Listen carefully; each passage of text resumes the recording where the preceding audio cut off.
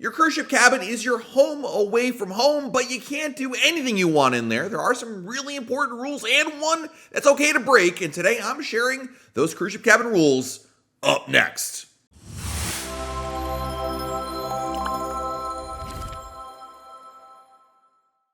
Hey everybody, it's Matt from RoyalCaribbeanBlog.com. Your cruise ship cabin is really one of the most important choices you can make when booking a cruise, but there are some really important rules to follow, both etiquette-wise and Royal Caribbean rules-wise. And yes, these rules are important, and they're there for your safety and the safety of other people, as well as just generally the enjoyment for you and everybody else involved. So today I wanted to share those. Starting with number one, there is absolutely no smoking allowed in or around your cabin.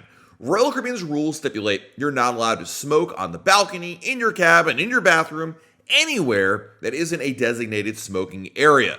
I know it may seem strange, and maybe you remember years and years and years ago where you could smoke on the balcony, but Royal Caribbean got rid of that rule a number of years ago. Smoking is not allowed, and it all has to do with one simple fact, and that is it is a fire hazard. Essentially, smoking on your balcony may seem pretty innocuous in the sense that, oh, you're going to, put away your ashes and you're going to flick them over the side of the ship.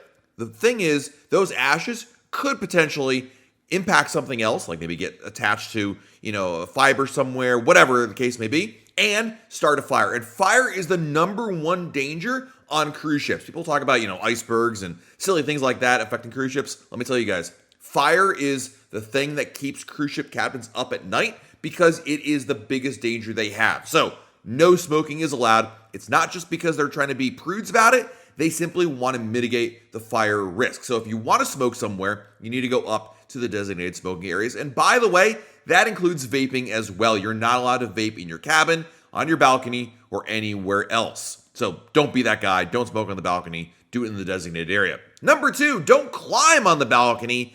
I can't believe we have to talk about this, but it happens more often than you think.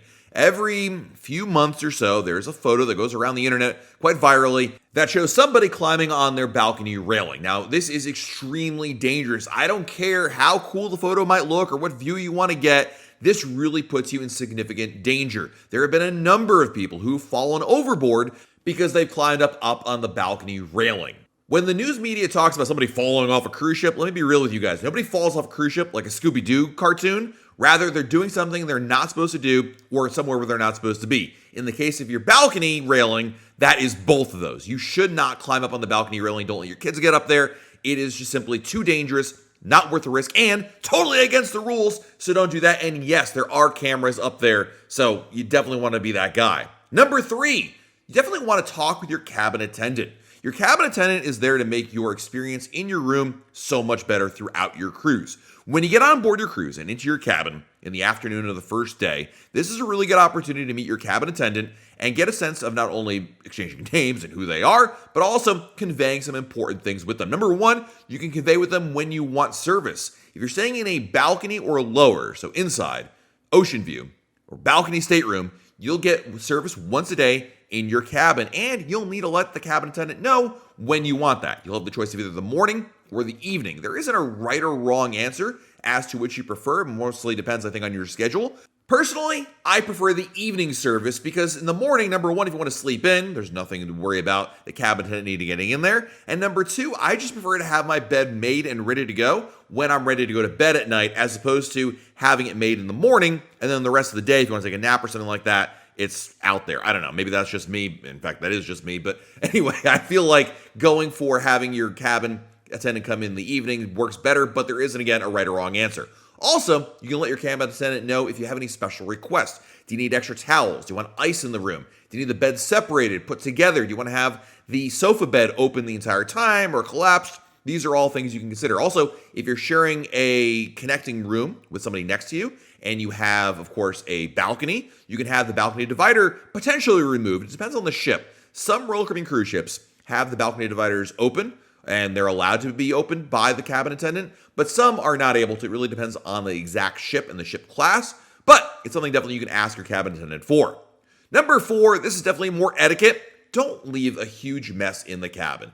So while it is your home away from home, you can't treat it like a pigsty. And the bottom line is the reason why you don't want to leave your cabin a mess beyond the personal hygiene issues is that your cabin attendant needs to get in there to service the room. More specifically, your cabin attendant is not your maid. While their job is to tidy up your room, you don't want to leave plates and dishes everywhere, or certainly your clothes all over the place. Instead, set these outside of your cabin for the plates, of course. And while it may seem unconventional, this is quite normal on cruise ships. Plus, you don't want to return to a disorganized cabin when you're in the mood to relax. So try to come up with a system with you and your cabin mates to help ensure that your cabin never looks like a tornado blew through it. Another really good etiquette rule is put up the do not disturb sign when you want privacy. So when you get back to your cabin and you want to take a nap or you just want to be left alone for whatever reason, putting up the magnet on your outside of your door is a really good idea. Inside your door, there'll be a magnet you can put up there to indicate that you want privacy. And it may seem like, well, who the heck's going to bother me at 3 o'clock in the afternoon? You'd be surprised. Oftentimes, there are going to be different deliveries made to your room. So maybe your cabin attendant wants to come in and ask you a question. Regardless of that, it's going to interrupt you. So if you want unabated privacy, then do yourself a favor, put up that sign. That way there's no worries at all.